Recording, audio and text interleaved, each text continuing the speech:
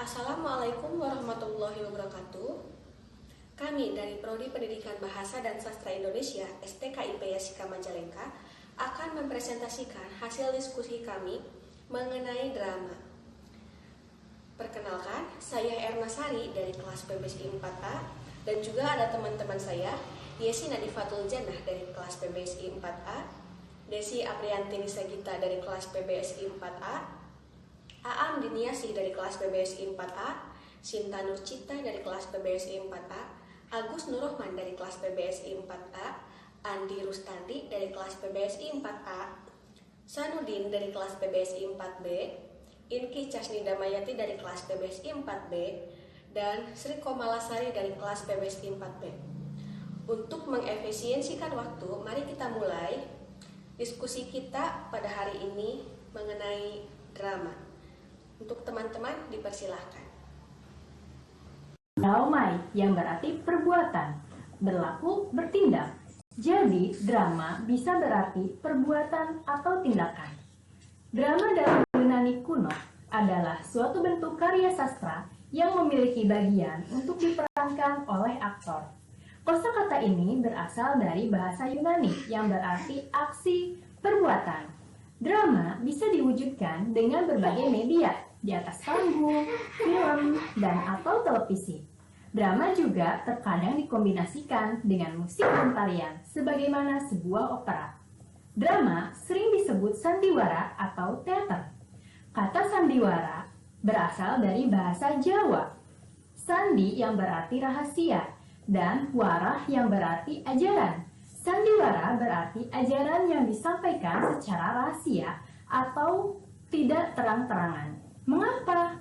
Karena lakon drama sebenarnya mengandung asa ajaran atau pesan, terutama ajaran moral bagi penontonnya. Penonton menemukan ajaran itu secara tersirat dalam lakon drama. Misalnya, orang yang menebar kejahatan akan menuai kehancuran. Adapun istilah lain drama berasal dari kata drame, sebuah kata Prancis untuk menjelaskan lakon-lakon mereka tentang kehidupan kelas menengah. Drama adalah satu bentuk lakon seni yang bercerita lewat percakapan dan action tokoh-tokohnya. Akan tetapi, percakapan atau dialog itu sendiri bisa juga dipandang sebagai pengertian action. Meskipun merupakan satu bentuk kesusastraan, cara penyajian drama berbeda dari bentuk kesusastraan lainnya. Sebuah drama hanya terdiri atas dialog. Mungkin ada semacam penjelasannya, tapi hanya berisi petunjuk pementasan untuk dijadikan pedoman oleh sutradara. Penulis lakon menulis drama yaitu untuk dipentaskan. Ia menulis drama itu dengan membayangkan action dan ucapan para aktor di atas panggung. Jadi, ucapan dan action yang terwujud dalam dialog itu adalah bagian paling penting yang tanpa itu drama bukan benar-benar sebuah lakon. Karena itu, sebuah drama mewujudkan action, emosi, pemikiran, karakteristik yang perlu digali dari dialog-dialog itu.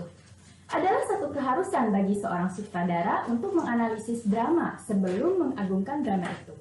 Maka dapat disimpulkan bahwa drama dalam masyarakat kita mempunyai dua arti, yaitu drama dalam arti luas dan drama dalam arti sempit. Dalam arti luas, drama adalah sebuah bentuk tontonan yang mengandung cerita yang dipertunjukkan di depan orang banyak. Dalam arti sempit, drama adalah kisah hidup manusia dalam masyarakat yang diproyeksikan ke atas panggung, disajikan dalam bentuk dialog dan gerak berdasarkan naskah, didukung tata panggung, tata lampu, tata musik, tata rias, dan tata busana. Dengan kata lain, drama dalam arti luas mencakup teater tradisional dan teater modern, sedangkan drama dalam arti sempit mengacu pada drama modern saja.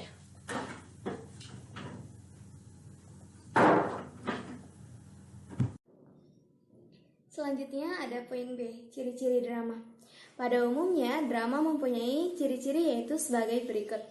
Ada poin 1, drama merupakan prosa modern yang dihasilkan sebagai naskah untuk dibaca dan dipentaskan. Poin kedua, naskah drama boleh berbentuk prosa atau puisi. Poin ketiga, drama terdiri dari dialog yang disusun oleh pengarang dengan watak yang diwujudkan. Poin keempat, pemikiran dan gagasan pengarang disampaikan melalui dialog watak-wataknya. Poin kelima, konflik ialah unsur penting dalam drama.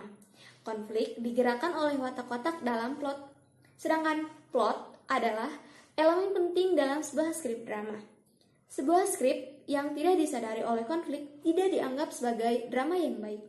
Yang terakhir ada poin keenam, ada gaya bahasa. Gaya bahasa dalam sebuah drama juga penting, karena ia menunjukkan latar masa dan masyarakat yang diwakilinya. Sekaligus, drama ini mencerminkan sosio-budaya masyarakat yang digambarkan oleh pengarang itu sendiri. Unsur intrinsik dan ekstrinsik. Dalam unsur intrinsik terdiri dari beberapa bagian. Yang pertama, judul. Melalui judul, seseorang bisa sedikit mengetahui bagaimana jalan cerita suatu drama yang ditampilkan. Judul juga dapat menarik minat penonton untuk menyaksikan drama yang ditampilkan. Judul merupakan nama suatu drama atau hal apapun. Dalam karya seni, judul memiliki peranan penting yang dapat menunjukkan isi cerita secara singkat. Selain itu, dengan melihat judul, kita akan mengetahui beberapa hal atau jalan cerita dari suatu drama. Judul pula dapat menunjukkan siapa tokoh utama dalam drama tersebut, alur cerita, dan sebagainya. Yang kedua, ada tema, yang merupakan komponen kedua bertujuan untuk membangun sebuah drama. Tema merupakan keseluruhan dari cerita yang dibuat. Tema adalah ide pokok yang menjadi dasar atau pokok utama dari drama. Dapat dikatakan tema sebagai akar pada suatu drama. Berdasarkan tema, unsur intrinsik dalam drama dikembangkan dan dikarang sedemikian rupa mengikuti tema yang ditentukan, seperti alur, penokohan, latar, gaya bahasa, judul, dan Tokoh. Tokoh adalah individu atau seseorang yang menjadi pelaku cerita. Pelaku cerita atau pemain drama disebut aktor untuk laki-laki dan disebut aktris untuk perempuan. Tokoh dalam drama diklasifikasikan menjadi berdasarkan sifatnya. Tokoh protagonis yaitu tokoh utama yang mendukung cerita.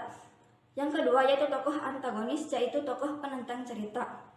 Yang ketiga yaitu tokoh tritagonis yaitu tokoh pembantu, baik untuk tokoh protagonis maupun untuk tokoh antagonis.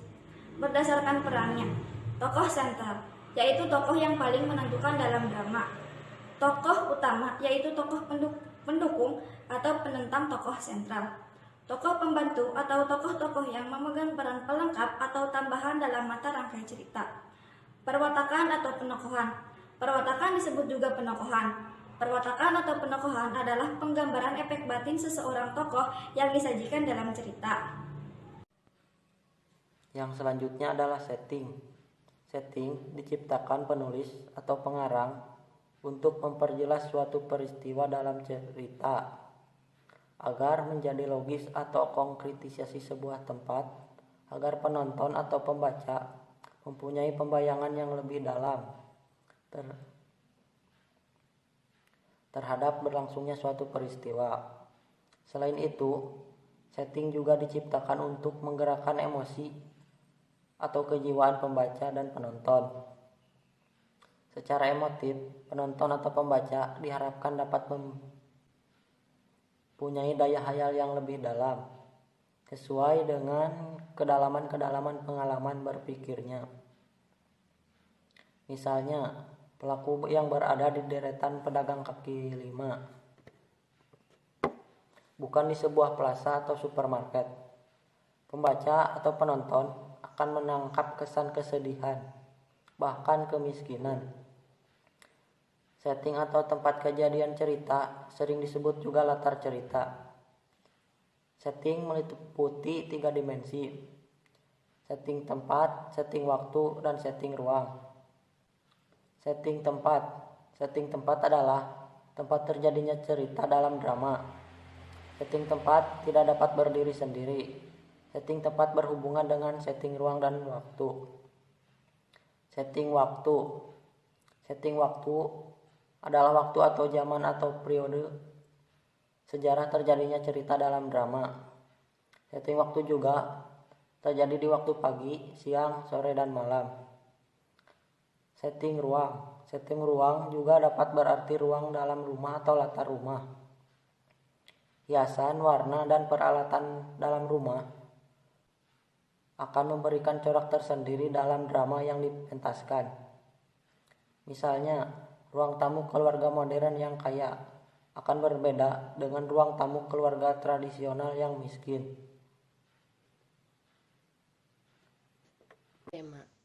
Tema adalah ide atau gagasan yang sangat menentukan jalan ceritanya suatu drama, yang bisa menentukan watak dan perwatakan juga. Alur adalah jalan cerita, tetapi alur dalam naskah drama tidak seperti dalam prosa, yaitu alur maju mundur. Tetapi dalam drama, alur adalah pemaparan dari awal permasalahan konflik sampai menemukan solusi. Itu adalah alur dalam drama. Unsur amanat atau pesan pengarang. Seorang pengarang drama yang baik dan sadar atau tidak sadar pasti menyampaikan amanat dalam karyanya. Amanat adalah pesan yang disampaikan pengarang kepada pembaca atau penonton melalui karyanya. Amanat yang hendak disampaikan pengarang melalui drama harus ditentukan dicari sendiri oleh pembaca atau penonton.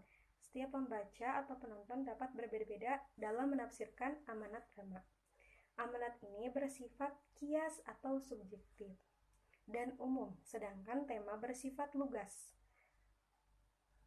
yang objektif dan khusus.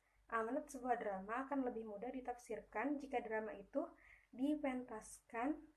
Kemudian amanat biasanya memberikan manfaat dalam kehidupan sehari-hari. Amanat drama selalu berhubungan dengan tema drama. Contoh lagi dalam amanat yaitu pada drama Romeo dan Juliet bertema masalah percintaan yang berakhir dengan kematian. Nah, berdasarkan temanya, drama Romeo dan Juliet memiliki amanat. Meskipun manusia begitu cermat dan teliti merencanakan sesuatu, tapi Tuhan jugalah yang menentukan apa yang terjadi. Kemudian manusia tidak kuasa melawan garis nasib yang ditetapkan oleh Tuhan. Baik, selanjutnya ada jenis-jenis drama berdasarkan isi ceritanya. Di antaranya yaitu yang pertama ada drama tragedi atau drama duka. Drama tragedi atau drama duka adalah drama yang melukiskan kisah sedih yang besar dan agung. Tokoh-tokohnya terlibat dalam bencana atau masalah yang besar. Drama tragedi juga menceritakan tentang pertentangan antar tokoh, sehingga pertentangan ini berakhir dengan keputusan, kehancuran, atau kematian tokoh protagonis. Contohnya yaitu drama Romeo and Juliet dan film Titanic. Yang kedua ada melodrama. Melodrama adalah drama yang sangat menyentuh perasaan atau sentimental, mendebarkan hati, dan mengharukan. Ceritanya dilebih-lebihkan sehingga kurang meyakinkan penonton. Tokoh-tokoh dalam melodrama dilukiskan pasrah atau menerima nasibnya terhadap apa yang telah terjadi. Biasanya, film Indonesia menggunakan melodrama. Contoh dari melodrama sendiri adalah film AADC atau Ada Apa Dengan Cinta. Yang ketiga ada komedi atau drama ria. Komedi atau drama ria adalah drama ringan yang sifatnya menghibur dan di dalamnya terdapat dialog kocak yang bersifat sindiran dan biasanya berakhir dengan kebahagiaan. Drama komedi menampilkan tokoh tolol, konyol, atau bijaksana tapi lucu.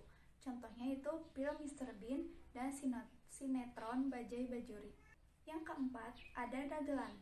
Dagelan adalah drama kocak dan ringan. Isi cerita dagelan biasanya kasar, lentur, dan vulgar. Dalam dagelan tidak terdapat kesetiaan dalam alur cerita, sehingga tokoh-tokoh dalam dagelan mempunyai watak yang berubah-ubah dari awal sampai akhir. Dagelan juga disebut banyolan, sering disebut tontonan konyol atau tontonan murahan. Contohnya yaitu teater Sirimulat atau opera Panjapa. Oke, sekarang kita masuk pada klasifikasi drama berdasarkan bentuknya. Pertama itu ada sandiwara. Sandiwara ini berasal dari dua suku kata yang berasal dari bahasa Jawa, yaitu yang pertama sandi yang berarti rahasia dan juga warah yang berarti ajaran. Nah, kemudian sandiwara ini dalam bahasa Jawa itu berarti suatu pengajaran yang diberikan secara rahasia dalam bentuk tontonan gitu. Kemudian ada juga kedua teater rakyat. Nah, teater rakyat ini itu segala jenis tontonan yang dipertunjukkan di depan orang banyak. Nah, dan juga bersifat kerakyatan. Seperti halnya ada dari Jawa ketoprak, kemudian dari Jawa Timurnya ada ludruk, kemudian dari Balinya ada arja, kemudian dari Jakartanya ada lenong. Nah, kemudian yang ketiga adalah opera. Opera ini adalah sebuah drama yang berisikan nyanyian dan juga musik. Nah, pada saat pementasannya, nyanyian ini digunakan sebagai dialog. Nah, opera ini sering disebut dengan drama musikal. Ada juga sendra tari. Nah, sendra tari ini adalah seni drama yang berupa tari tanpa dialog dari pemainnya. Suasana dan adegan ini dinyatakan dengan gerak dari si pelakunya gitu, meruncur tari. Sendra tari ini sebagian besar diangkat dari cerita-cerita klasik seperti halnya Ramayana dan juga Mahabharata. Ada juga pantomim. Pantomim teman-teman pada tahu tuh. Nah, pantomim ini dipertunjukkan sebagai drama tanpa kata-kata yang hanya dimainkan dengan gerak-gerik dan juga mimik wajah dari pelakunya gitu. Pantomim ini sering diiringi dengan musikal gitu. Kemudian ada juga operet. Nah, operet ini adalah opera yang ceritanya itu lebih pendek dari opera-opera lainnya gitu. Kemudian juga ada tableau. Nah, tableau itu adalah sebuah drama yang mirip pantomim yang dibarengi juga oleh gerak-gerik anggota tubuh dan juga mimik wajah pelakunya, ataupun drama tanpa kata-kata dan pelaku hanya mengandalkan gerak patah-patah. Nah, ada juga pasye. Nah, pasye ini adalah sebuah drama yang mengandung unsur agama ataupun religiusnya. Kemudian ada juga wayang nih, teman-teman udah pada tahu nih Pak wayang itu seperti apa. Nah, di sini saya hanya menggambarkan bahwa wayang itu pemainnya itu biasanya hanya memakai boneka dari kulit seperti itu kan gitu. Teman-teman pada tahu kan. Nah, kemudian juga ada mini kata. Nah, mini kata ini adalah cakapan singkat yang mengandalkan tentang gerak teatrikal. Nah, mungkin hanya ini yang dapat dari klasifikasi drama berdasarkan bentuknya. Oke, next nanti akan disebutkan oleh teman saya. Oke, thanks. Kemudian ada jenis drama berdasarkan cara penyajiannya. Yang pertama ada drama kos, yaitu drama untuk dibaca. Drama kos atau drama untuk dibaca yaitu drama yang dibuat hanya untuk dibaca dan hanya indah untuk dibaca. Kos drama memiliki dialog yang panjang dan menggunakan bahasa yang indah. Kemudian yang kedua ada drama theatrical atau drama yang dipentaskan. Drama ini merupakan drama yang dapat dipentaskan di atas pentas atau di atas panggung. Yang ketiga ada drama radio. Drama radio biasanya ditayangkan atau dipentaskan melalui radio. Biasanya drama radio direkam melalui kaset, misalnya sound effect dan jenis suara. Yang keempat ada drama televisi. Drama televisi merupakan drama yang ditayangkan atau dipentaskan melalui media televisi. Drama televisi ditampilkan dalam bentuk film, sinetron, atau telenovela. Menurut masanya, drama dapat dibedakan dalam dua jenis, yaitu drama baru atau modern dan drama lama atau klasik. Drama baru adalah drama yang memiliki tujuan untuk memberikan pendidikan kepada masyarakat yang umumnya bertema kehidupan manusia sehari-hari. Drama lama adalah drama hayalan yang umumnya menceritakan tentang kesaktian, kehidupan istana atau kerajaan, kehidupan dewa-dewi, kejadian luar biasa, dan lain sebagainya. Simpulan dari pembahasan kali ini, drama adalah satu bentuk lakon seni yang bercerita lewat percakapan dan action tokoh-tokohnya. Akan tetapi, percakapan atau dialog itu sendiri bisa juga dipandang sebagai pengertian action. Drama dalam masyarakat kita mempunyai dua arti, yaitu drama dalam arti luas dan drama dalam arti sempit.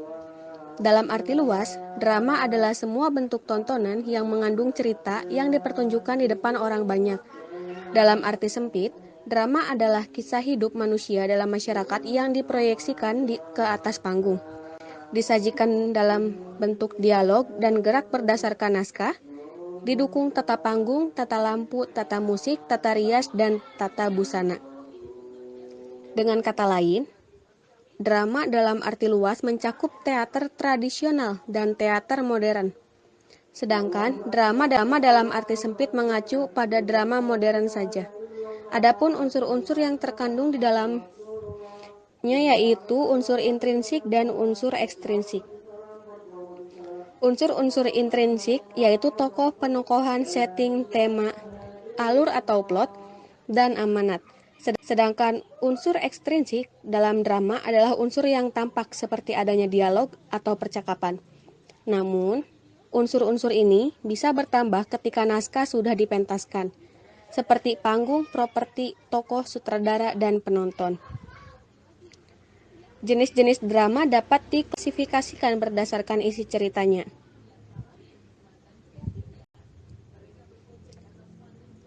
Berdasarkan cara penyajiannya, berdasarkan bentuknya, dan menurut masanya, drama ada drama baru dan drama lama.